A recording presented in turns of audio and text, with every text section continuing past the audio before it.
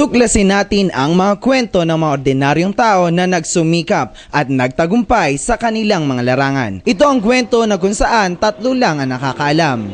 Ikaw, ako, at ang taong bayan. Ako si Hans at samahan niyo ako sa kwentuhang ito. Tara, magkwentuhang bayan tayo.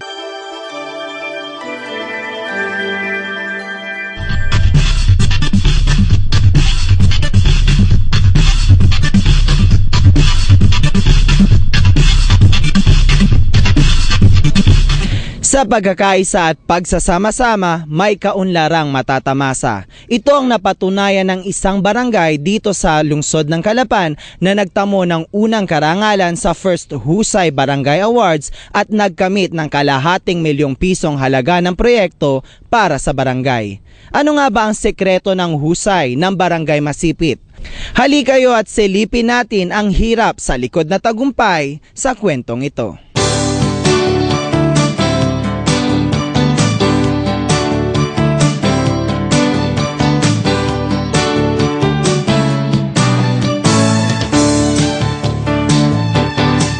Isa ang Barangay Masipit sa mga barangay sa lungsod na may pinakamalaking lupain na sasakupan.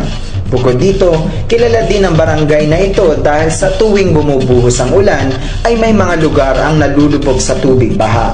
Kaya nga naisipan ng pamunuan ng barangay sa pangunguna ni Kapitan Rafael Panaligan na gumawa ng isang proyekto upang masolusyonan ang problema sa baha. Ang paglilinis ng creek sa palibot ng barangay. Ang pangalan po ng proyekto namin ay Balikapit Alkrikam. Ito po yung balikatan para sa likasan ng Barangay Masipit with Alkrikam, ang Alaga Creek Campaign. Ito po yung tungkol sa ating barangay na kung saan po ang Barangay Masipit ay dating isang barangay na binabaha at malaki pong naging problema nito, epekto nitong napabayaan ng creek sa aming barangay. Dahilan po sa pag-uusap ng Sangguniang Barangay, dati pong naapektuhan, kung kaya po naisip namin na solusyonan. Sapagkat napapanahon pong proyekto, ito pong proyektong ito yung naiiba at napakatagal pong panahon na napabayaan ng ating creek. Lubog sa mga basura, tambo at water hyacinths ang creek na ito sa Masipit. Subalit dahil sa pagtutulungan ng mga tao dito, isang bagong mukha ng creek sa barangay ang kanilang nasaksihan. Ang ating pong creek ay sa mahabang panahon na napabayaan, siya po ay nagmistulang isang kaparangan na lang. Siya po ay naging basurahan ng ating mga residente. Ito po ay naging barado at pag dating nga po ng panahon, ito ay mabilis na napupuno ng tubig dahil barado, kung saan ang atin pong paaralan ay laging lumulubog sa baha. At ito din po ang dahilan kung bakit naging matagal ang pagbaba ng tubig ng mga nakaraang taon na bumaha, sapagkat wala nga pong maayos sa daluyan ng tubig. Marami ring paghihirap ang kinaharap ng barangay bago mapagtagumpayan ang proyektong ito. Subalit sa tulong ng lahat, ganun din ang sigasig ng mga namumuno dito, kasama pa ang adhikaing makaguhit ng pagbabago sa barangay na pagtagumpayan nila ang nasabing proyekto. Siyempre po, hindi po madali makumbinsi ang mga tao.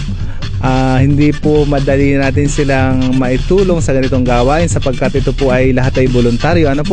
Napakahirap po nating i-motivate ang mga tao na tulungan tayo, ayusin ang creek, ibalik sa dati.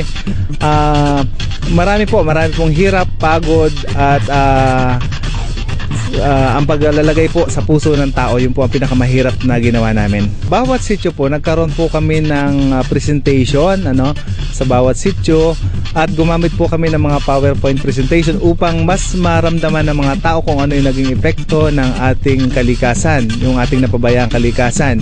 Nung maramdaman po nila yan, doon po sila nagsimulang tumulong.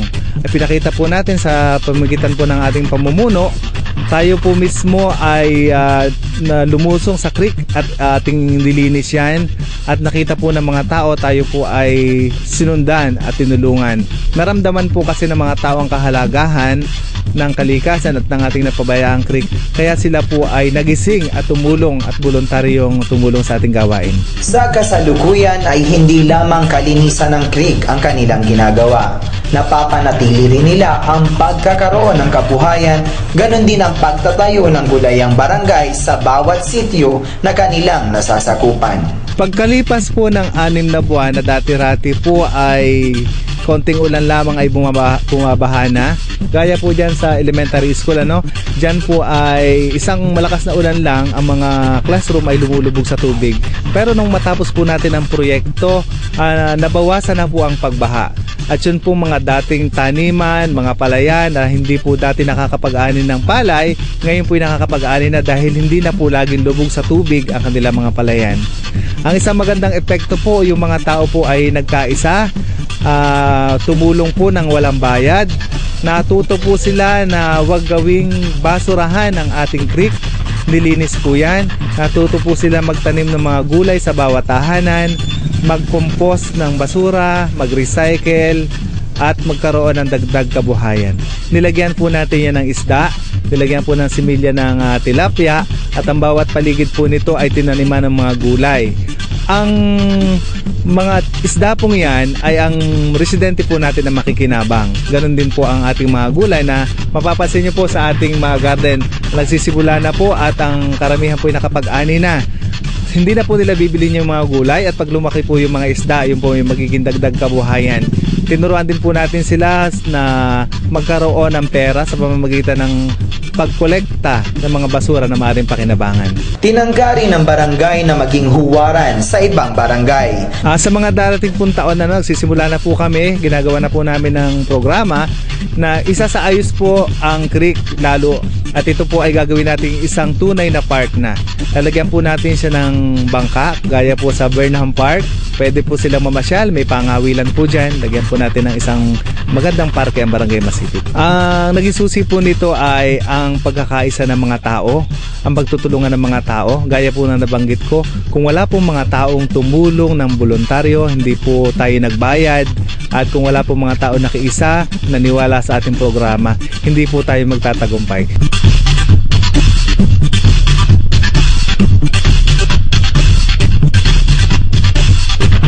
Sa akin mga kabarangay, maraming salamat sa inyong pagsuporta, pagtangkilik sa ating programa. Hindi nyo kami pinabayaan, hindi kayo nagpabaya, lahat kayo ay tumulong. Kaya tayo naging matagumpay sa ating programa, sa ating proyekto.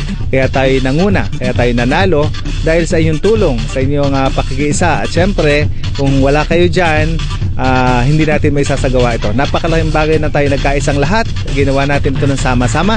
Sabi nga po lagi natin, kayang-kaya kung sama-sama. Kung sama-sama ay kayang-kaya.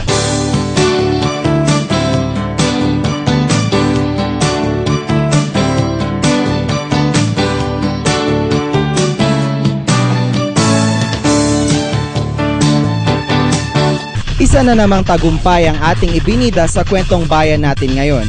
At katulad ng ating palaging sinasabi, saludo kami sa mamamayan ng Barangay Masipit dahil napatunayan nilang sa pagtutulungan at pagsasama-sama, lahat ng kanilang mga pangarap ay makakamtan. At mga kaibigan, samahan niyo ulit ako sa susunod nating kwentuhan. Marami pa tayong lugar na pupuntahan at tagumpay na pag-uusapan. Ako si Hans at Kalapeño, magtagumpay ka!